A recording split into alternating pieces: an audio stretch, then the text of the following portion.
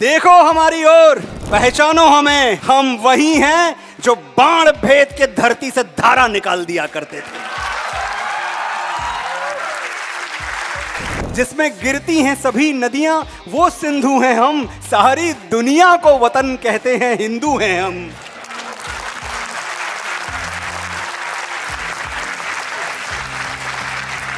52 second खड़े होने में तुमको हैं एतराज बड़े, सियाचिन की सरहद पर कोई बर्फ हो गया खड़े खड़े।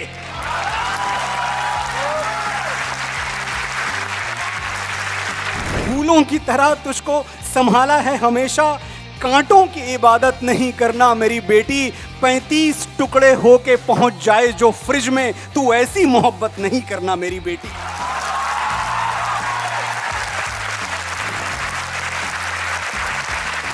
वो हाथ कंधे से कैसे जुड़ा हुआ है अभी, दुपट्टा जिसने किसी बहन का गिराया था। ये मोमबत्तियां मर्दानगी पे लानत हैं कि मर्द वो है जो लंका जला के आया था। बोलो बजरंग बली की। तेरी हैवानियत की है तो बस औकात इतनी है, बहाकर बेगुनाहों का लहू इतराना आता है। गुरूरे बेखबर, ये बात तुझको कौन समझाए, वो सर झुक ही नहीं सकता जिसे कट जाना आता है।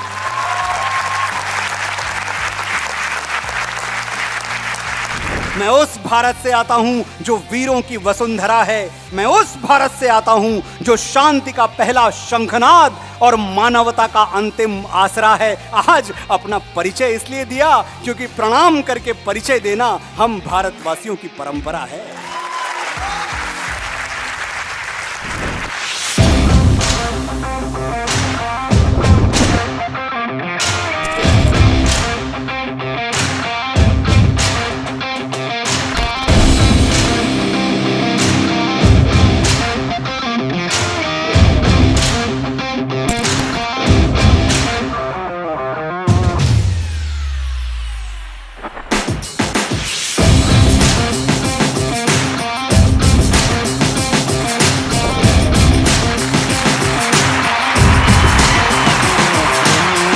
नमस्कार, प्रणाम आप सबको।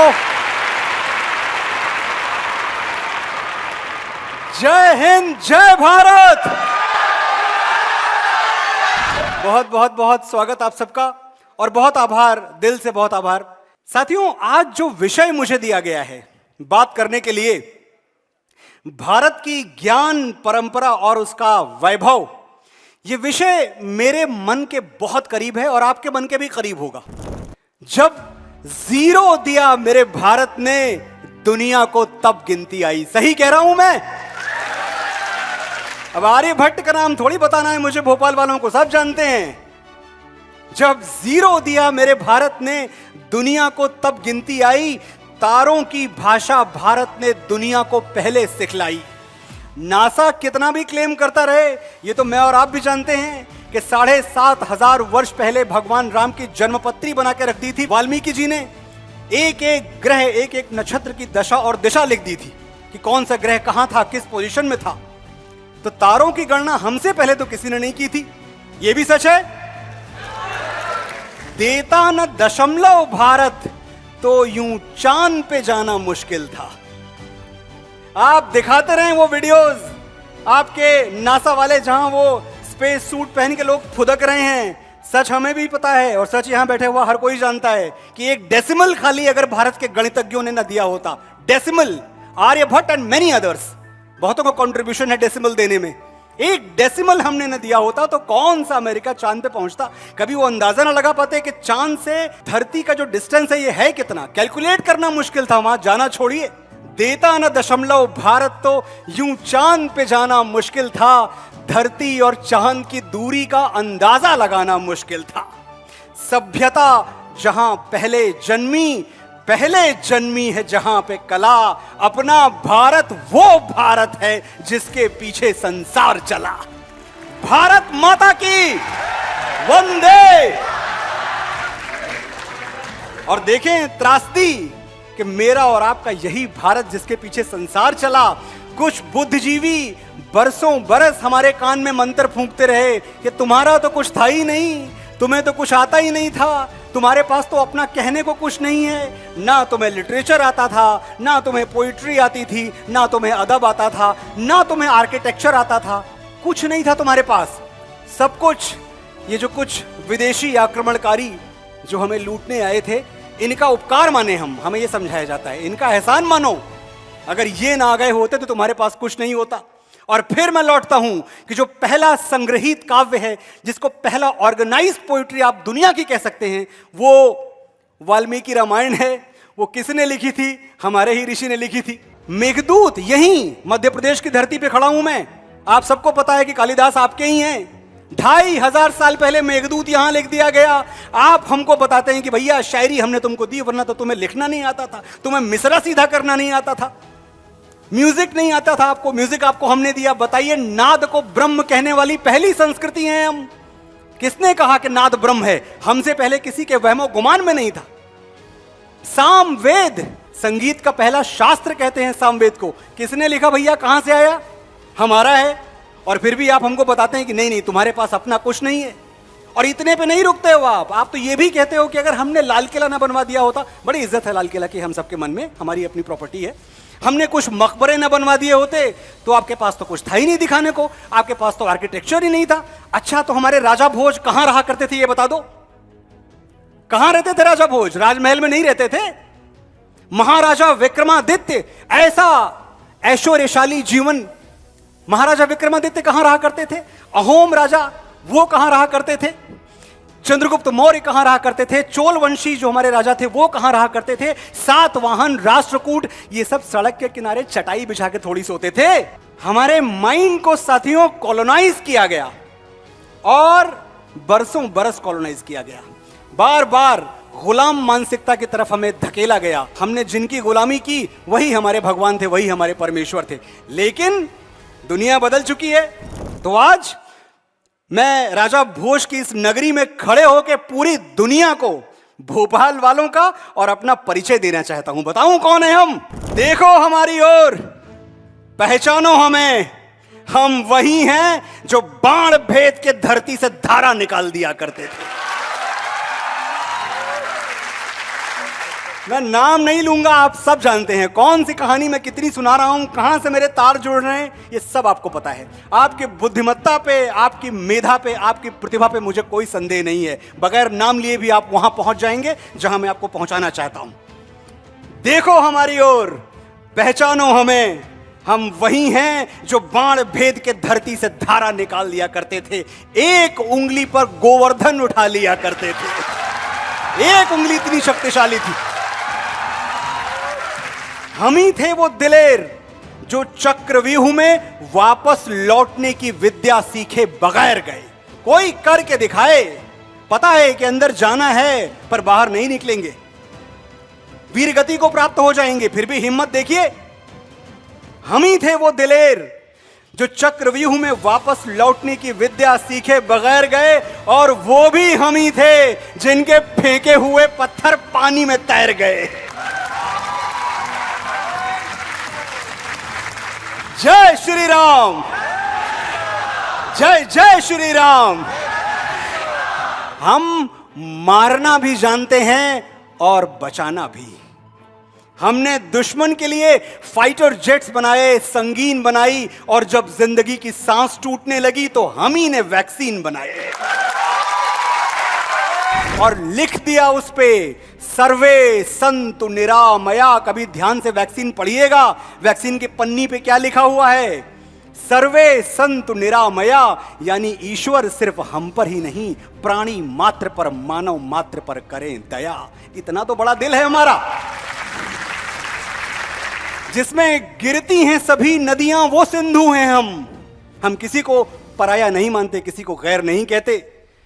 जिसमें गिरती हैं सभी नदियां वो सिंधु हैं हम, सारी दुनिया को वतन कहते हैं, हिंदू हैं हम।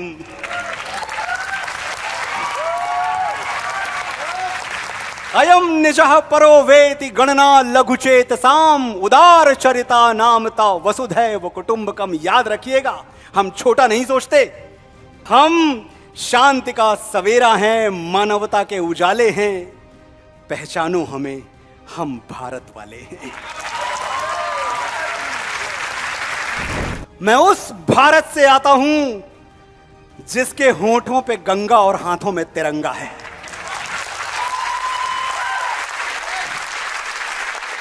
एक बात और बताऊं मैं आपको, जितनी बार हम भारत कहते हैं, भारत, मैं छोटे बच्चों से मिलता हूं, मैं उनसे पूछता हूं what do you mean by Bharat, तो कहते Bharat means India. Bharat does not mean India, let's understand this. Bharat is not India. जाते हैं, इस शब्द के अर्थ में भी जाते हैं। यहां बहुत बहुत बड़े विद्वान बैठे हुए हैं जिनको पता है कि भारत दो धातुओं को मिला के बनता है ये शब्द, भा और रत। अब भा जो धातु है, संस्कृत में उसका प्रयोग हमेशा उजाले के लिए होता है, प्रकाश के लिए होता है। भास्कर, भास्कर मतलब सूरज। भानु, भा है, भानु मतलब सूरज। प्रभात, भा है सवेरा। आभा, भा है उजाला। भा यानी प्रकाश, और रत मतलब किसी चीज में जुटा हुआ, लगा हुआ, साधना रत, शिक्षा रत। भारत जो प्रकाश की खोज में निरंतर जुटा हुआ है, वो भारत है। तमसो मां ज्योतिर्गमय, यही तो है हमारी परंपरा, अंधेरे से उजाले की यात्रा। मैं उस भारत से आता हूं जिसके होठों पे गंगा और हाथों में तिरंगा है। मैं उस भारत से आता हूं जो कभी सत्यम शिवम सुंदरम, कभी वंदे मातरम, और कभी पंजाब सिंध गुजरात मराठा द्राविड़ उत्कल बंगा है। ये परिचय है आपका। और देखिए, राष्ट्रगान की याद आ गई हमें। सिर्फ 52 सेकंड का राष्ट्रगान होता है, लेकिन जिन बुद्धिजीवियों की मैं बात कर रहा था, उन्होंने बार बार यह सवाल उठाया कि भाई थिएटर में हमें मजबूर क्यों किया जाता है कि जब नेशनल एंथम आए तो आप खड़े हो जाओ, हमें नहीं खड़े होना। यह हमारे फंडामेंटल राइट पे कुठाराघात है। इतने बड़े बड़े शब्द बोले गए इस देश में, 52 सेकंड खड़े होने के लिए इतनी ऐतराज, इतनी आपत्तियां। और ये वही लोग हैं जो उसी थिएटर में समोसे के लाइन में आधे घंटे खड़े रहते हैं।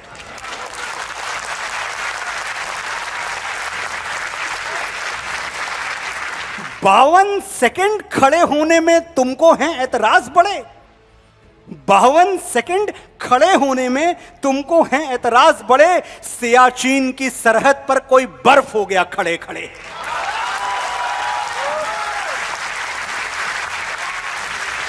और एक चीज और मैं देखता हूं, वंदे मातरम पे ऐतराज क्यों है? वंदे मातरम पे ऐतराज जो आपका हक है। मेरे भाई, मैं आपसे पूछना चाहता हूं, जो तोले दिल के रिश्तों को बना है वो तराजू क्या? जो तोले दिल के रिश्तों को बना है वो तराजू क्या? अगर दोनों ही भाई हैं तो फिर मैं क्या, तो फिर तू क्या? ये मिट्टी तेरी भी मां है, ये मिट्टी मेरी भी मां है, तो मां को सर झुकाने में मुसलमान और हिंदू क्या?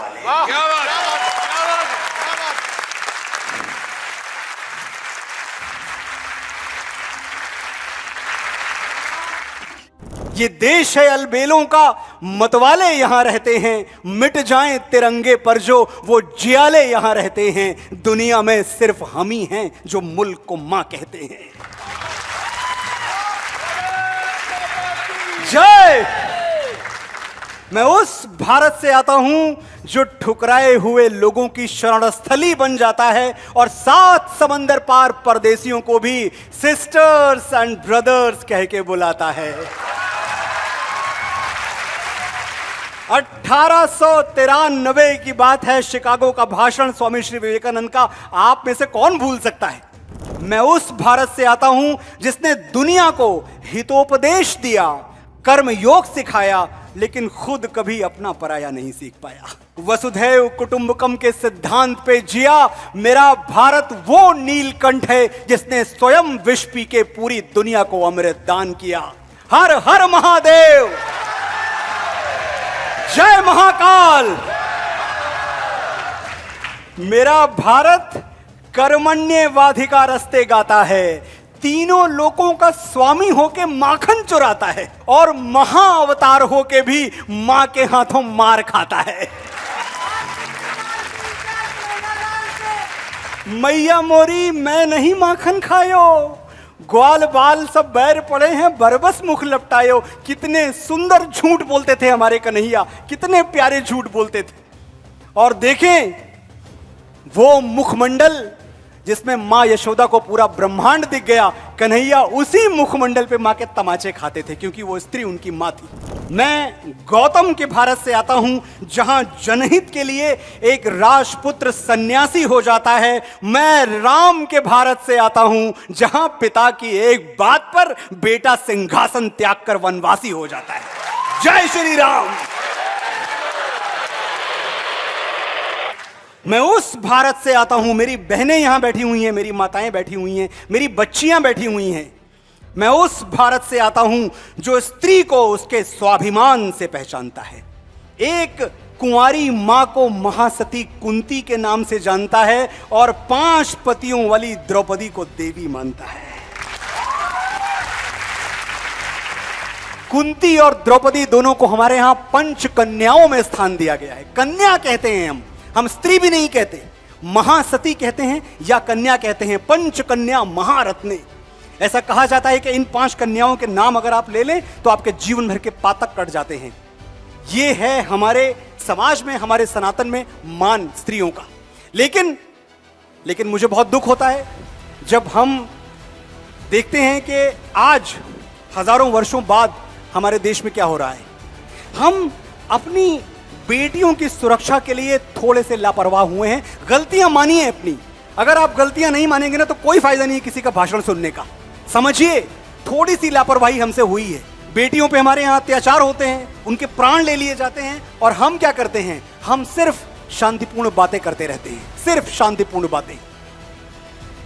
फूलों की तरह तुझको संभाला है हमेशा। एक मशवरा देके जा रहा हूं मैं भोपाल की बेटियों को, ध्यान से सुन लेना मुझे, और खुले दिल से सुनना, खुले मन से सुनना। ये मत समझना भगवान के लिए, ईश्वर के लिए छोटा मत कर देना मेरी बात को कि मैं किसी संप्रदाय, किसी पंथ, किसी मजहब, किसी जाति के लिए बोल रहा हूं। ये समझ लिया तो बात खत्म हो जाएगी, बहुत छोटा हो जाएगा सब कुछ। फूलों की तरह तुझको संभाला है हमेशा, कांटों की इबादत नहीं करना मेरी बेटी।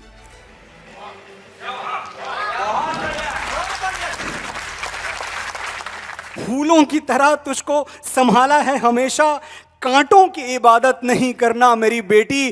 35 टुकड़े होके पहुंच जाए जो फ्रिज में, तू ऐसी मोहब्बत नहीं करना मेरी बेटी।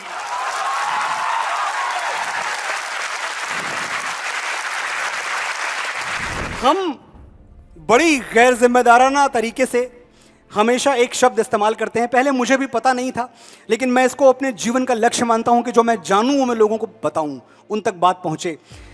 मैं भी हमेशा बोलता रहा, स्त्री के लिए मैं औरत शब्द का प्रयोग करता रहा, हमेशा करता रहा।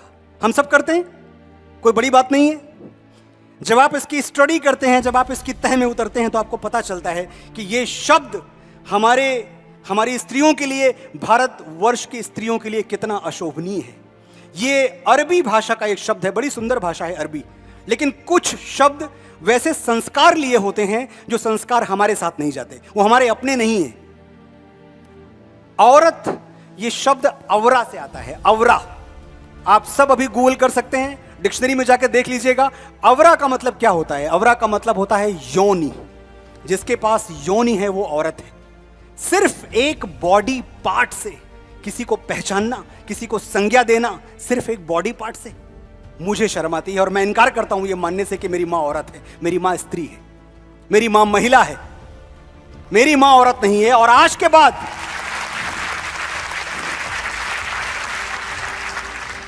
के बाद मुझे पता नहीं क्यों ये भरोसा है कि मैंने तो आपको अपनी बात बता दी, लेकिन जब आप लौट के जाएंगे, गहराई से सोचेंगे इस पे, अपने हिस्से का रिसर्च भी कर लीजिएगा, और फिर अगर मेरी बात आपको सही लगे, अगर सही लगे, तो आज के बाद ये लानतज़दा शब्द अपनी माओं के लिए, अपनी बहनों के लिए, अपनी बेटियों के लिए, अपनी प्रेमिका के लिए, अपनी पत्नी के लिए औरत शब्द का प्रयोग मत करना मेरे भाई, कभी मत करना। और देखिए होता क्या है, जब हम इस तरह के शब्दों के भ्रम जाल में फंसते हैं, हमारी संस्कृति कैसे प्रभावित होती है, किस तरह से जो हमारी धारणाएं हैं, जो हमारा मान सम्मान है औरत के लिए, वो टूटता कैसे है। How we start taking everything for granted.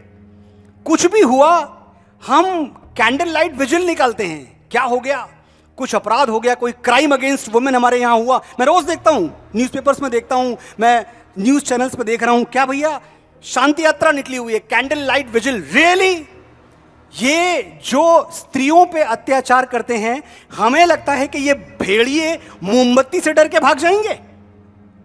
हम अपनी संस्कृति भूल गए। हम कौन लोग हैं? हम वो लोग हैं जिन्होंने स्त्री के मान के लिए महाभारत लड़ी है। लड़ी है या नहीं लड़ी है? वो हाथ कंधे से कैसे जुड़ा हुआ है अभी दुपट्टा जिसने किसी बहन का गिराया था। वो हाथ कंधे से कैसे जुड़ा हुआ है अभी दुपट्टा जिसने किसी बहन का गिराया था। ये मोमबत्तियां मर्दानगी पे लानत हैं कि मर्द वो है जो लंका जला के आया था। बोलो बजरंगबली की। मैं उस भारत से आता हूं जो न कभी रुका, न झुका, न डरा है। मैं उस भारत से आता हूं जो वीरों की वसुंधरा है। मैं उस भारत से आता हूं जो शांति का पहला शंखनाद और मानवता का अंतिम आसरा है। आज अपना परिचय इसलिए दिया क्योंकि प्रणाम करके परिचय देना हम भारतवासियों की परंपरा है। हमारे जो यहाँ साथी हैं, नौजवान साथी, आप में से बहुत लोग अपने रोल मॉडल्स ढूंढते रहते हैं। ढूंढना ही चाहिए। आपको आपके नायक मिलने बहुत जरूरी हैं, क्योंकि उन्हीं के साथ आप आगे बढ़ेंगे, उन्हीं की रोशनी में आप आगे बढ़ेंगे। मैं कहता हूं राम को अपना नायक बनाइए। ज्ञान परंपरा की बात कर रहे हैं ना हम। भगवान श्री राम को अपना नायक बनाइए। जो राम से सीखता है वो सच्चिदानंद हो जाता है। जो राम से सीखता है वो विवेकानंद हो जाता है। साथियों, मैं वीरता की बात करता हूं तो मुझे आपका एक और नायक याद आ रहा है, आपका एक और हीरो। मैं जानता हूं, मैं नाम लूंगा, नाम लेते ही पहली पंक्ति से अंतिम पंक्ति तक उसके सम्मान में तालियां बजेंगी। मैं दशमेश गुरु की संतान भगत सिंह, सरदार भगत सिंह की बात कर रहा हूं।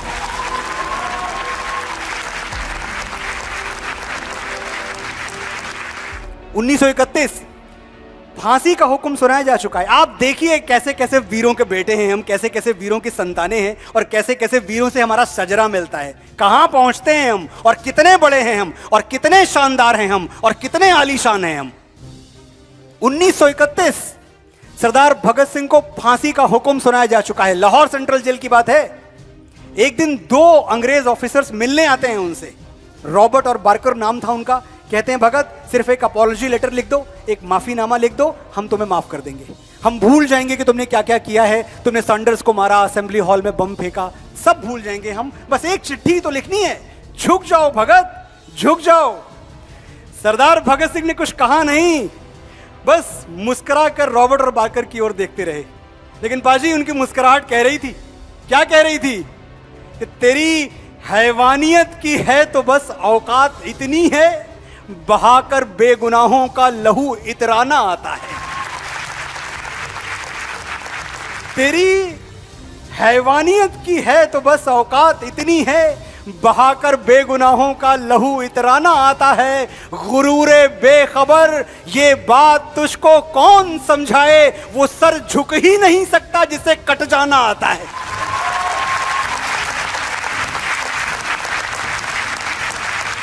चिट्ठी तो लिखी सरदार भगत सिंह ने, चिट्ठी लिखी अंग्रेज सरकार को, और चिट्ठी में यह भी लिखा कि मुझे फांसी न दी जाए। सचमुच ये चिट्ठी में सरदार भगत सिंह ने लिखा था कि मैं अंग्रेज सरकार से गुजारिश करता हूं कि मुझे फांसी न दी जाए, क्योंकि फांसी अपराधियों को दी जाती है। मैं क्रांतिकारी हूं, मुझे भरे चौराहे पर गोली से उड़ा दिया जाए। वो बेगैरत अंग्रेज सरकार, उसने पहुंचा दिया भगत सिंह को फांसी के तख्ते तक। और भगत सिंह को तो बलिदान होना था, उनको हुतात्मा बनना था, उनको वीरगति चाहिए थी। फिर ठीक है, अगर गोली नहीं तो फांसी ही सही। भगत सिंह, जिसके सर पे सेहरा देखने के लिए उनकी मां तरसती रही, तड़पती रही, और जिन्होंने अपनी मां से कह दिया था कि देखो मां, अगर मैं गुलाम भारत में शादी करूंगा तो मेरी दुल्हन सिर्फ मौत होगी, किसी और की मांग में सिंदूर भरने का हक नहीं है मुझे। तू न रो मां कि तू है भगत सिंह की मां, मर के भी लाल तेरा मरेगा नहीं। ये तसल्ली दी थी उन्होंने अपनी मां को कि तू न रो मां कि तू है भगत सिंह की माँ, मर के भी लाल तेरा मरेगा नहीं। घोड़ी चढ़ के तो लाते हैं दुल्हन सभी, हंस के हर कोई फांसी चढ़ेगा नहीं।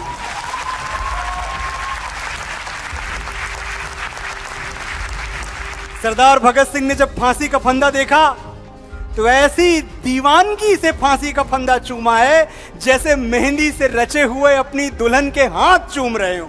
ऐसी जवां मर्दी, ऐसा लड़ाका। ऐ दुल्हन मैं राख बन सतलज नदी में बह गया, पूछ मत तेरी जुदाई दिल पे कैसे सह गया। है शहादत की खुशी पर जाते जाते दुख भी है, हाय आजादी तेरा घूंघट उठाना रह गया।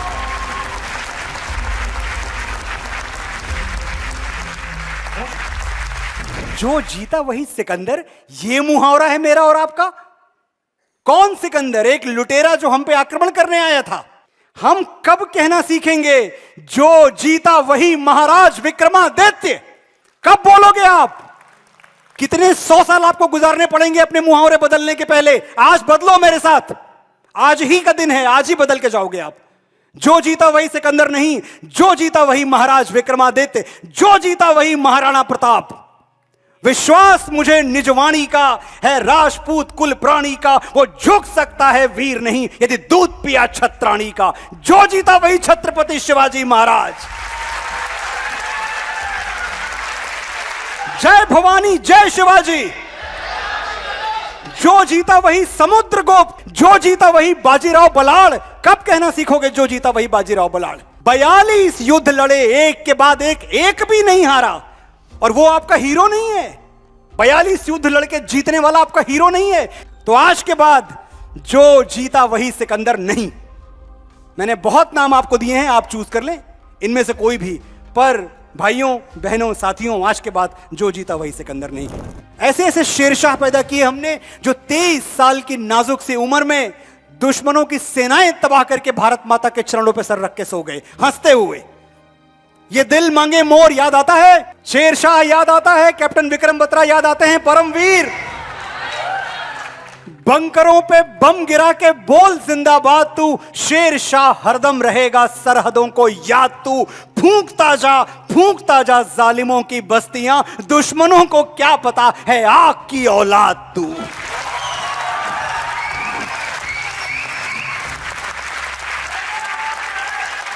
अग्नि पुत्र पैदा किए हैं हमने, बोलिए मेरे साथ, भारत माता की, भारत माता की वंदे वंदे।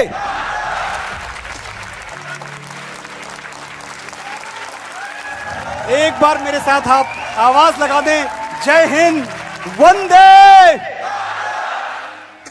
वंदे, भारत माता की। बहुत बहुत आभार आपका, आपने बड़े प्यार से सुना।